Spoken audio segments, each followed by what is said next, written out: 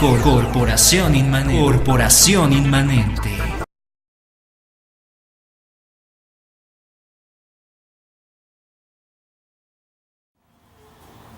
Buenos días amigos y amigas, gracias por escucharnos en una emisión más de Voces y Sentimientos de Puebla.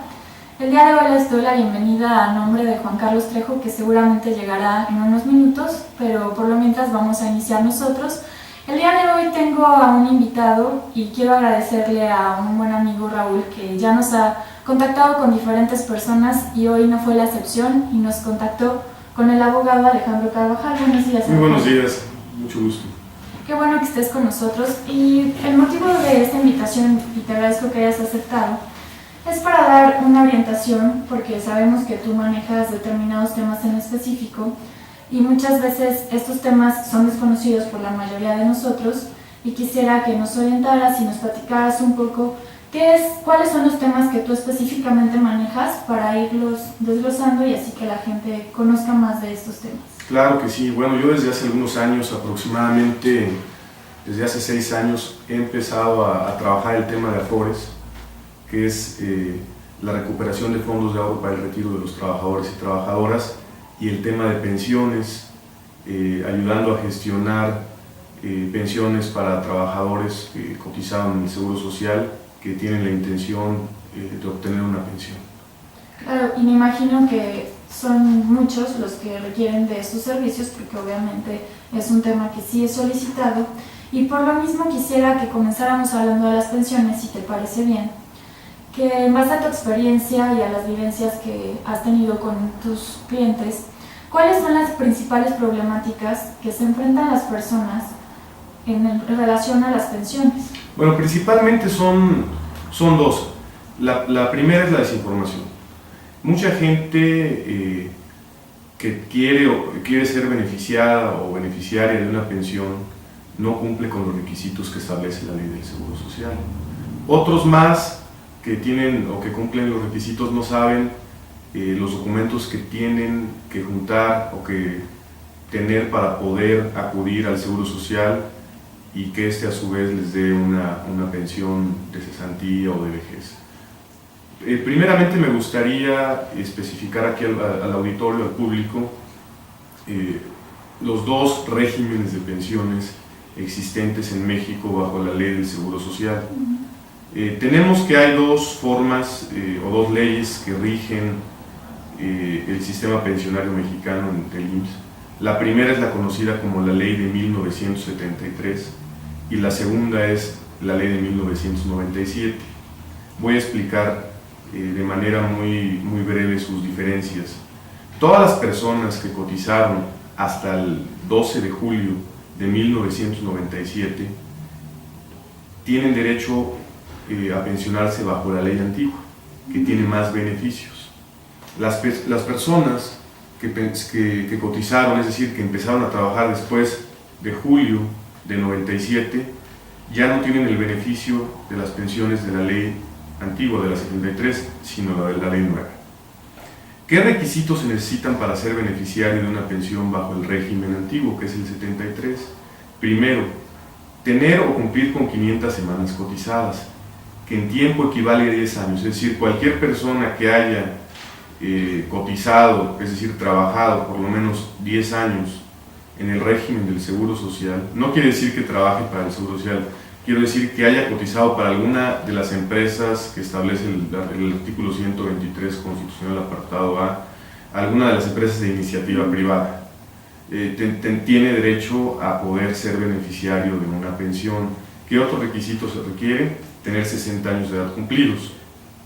Si tenemos una persona que tiene 500 semanas de cotización y 60 años cumplidos,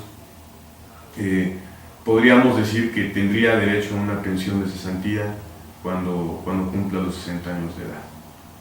También, bueno, hay pensión, no nada más existe la pensión de cesantía, que es la que se obtiene a los 60 años de edad o más, sino la pensión de viudez, que es cuando se da que una persona fallece y tiene por lo menos 150 semanas cotizadas, ahí es menor el requisito. Su concubina o su esposa o sus hijos pueden tener acceso al beneficio de una pensión también de viudez y en su caso de orfandad para sus hijos. Eso básicamente sería el requisito mínimo o de las dos principales pensiones que existen en el sistema del Seguro Social en México. Que esto es algo que es muy importante que lo hayas tomado ahorita a consideración, porque obviamente, como dices, muchas veces el problema de la falta de información genera que la gente no conozca sus derechos ni tampoco cómo puede exigirlos. Entonces, bueno, tomando en cuenta estos puntos que tú nos estás mencionando, si ya estás cumpliendo con estos requisitos, puede ser de lo de cesantía, puede ser por viudez, tú ya tienes estos requisitos, entonces, ¿qué procede? ¿Tú cómo llegas y cómo dices, bueno, vengo ahora por mi pensión? ¿Cuál es el trámite? Vamos a ejemplificar una persona de 60 años, ¿qué es lo que tiene que hacer? Lo primero es que tiene que acudir al Seguro Social para checar su historial, para ver si efectivamente cuántas semanas tiene reconocidas por el Instituto Mexicano del Seguro Social. Si va al Seguro Social, lo primero que tiene que hacer es pedir un documento que se llama hoja de certificación o constancia de semanas cotizadas. Con eso se puede dar cuenta, primero, cuál es su salario promedio de cotización y cuántas semanas cotizadas tiene reconocidas. Muchas veces sucede que la gente cotizó cerca de 20 años, que equivalen a 1000 semanas, y rebasa el requisito que establece la ley del Seguro Social. Pero sucede que por algún error administrativo o documental, el Seguro Social no reconoce las semanas cotizadas. Y oh sorpresa, va a pedir su pensión y le es negada porque no cumple con el requisito de por lo menos de las 500 semanas. Entonces, primeramente, nosotros recomendamos que la persona vaya a pedir información de su historial, es decir, su certificación o constancia de semanas cotizadas, para ver si efectivamente tiene reconocidas por lo menos las 500 semanas para una pensión de 60 años, que es la más común en el sistema del Seguro Social en México.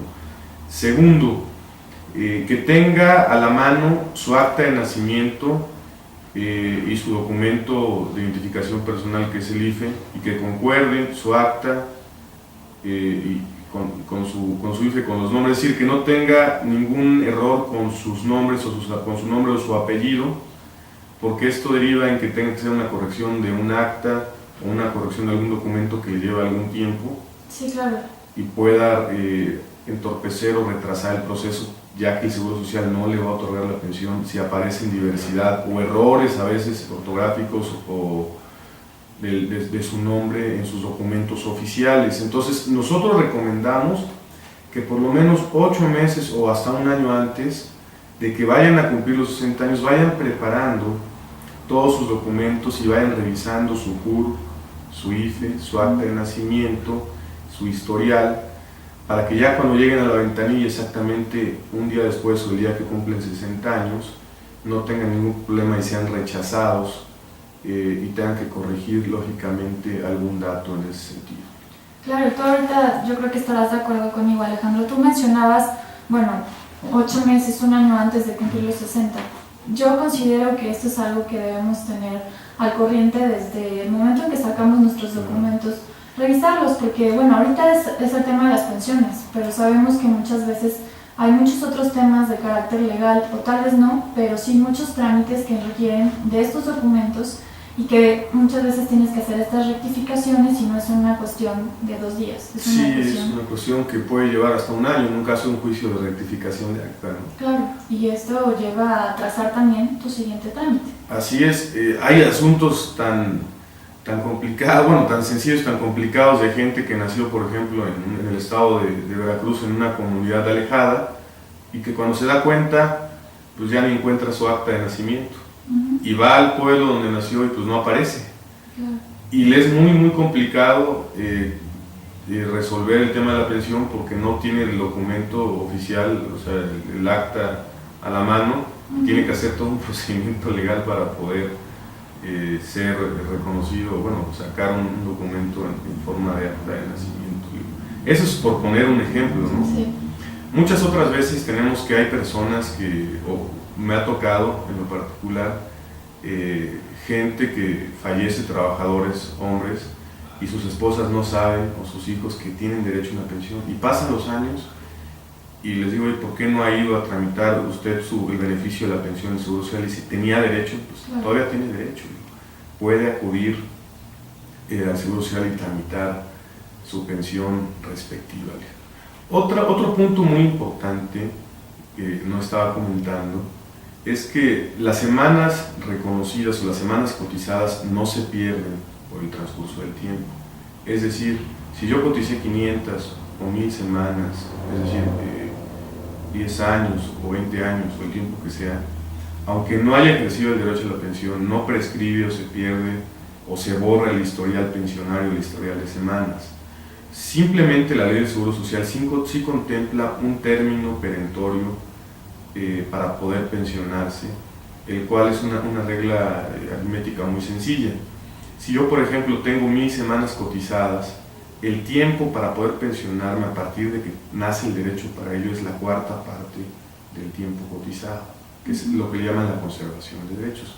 En dado caso de que se pierda la conservación de derechos, lo único que hay que hacer es activarse por lo menos 52 semanas y otra vez se reactiva toda el historial.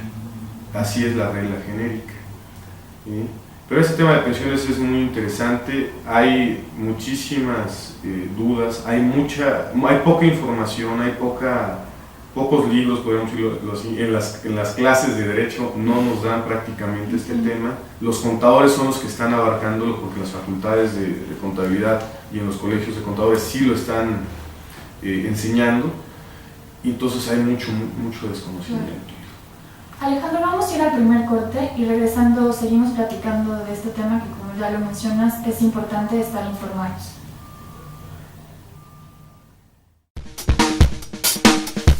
Corporación Inmanente. Presencia local en medios.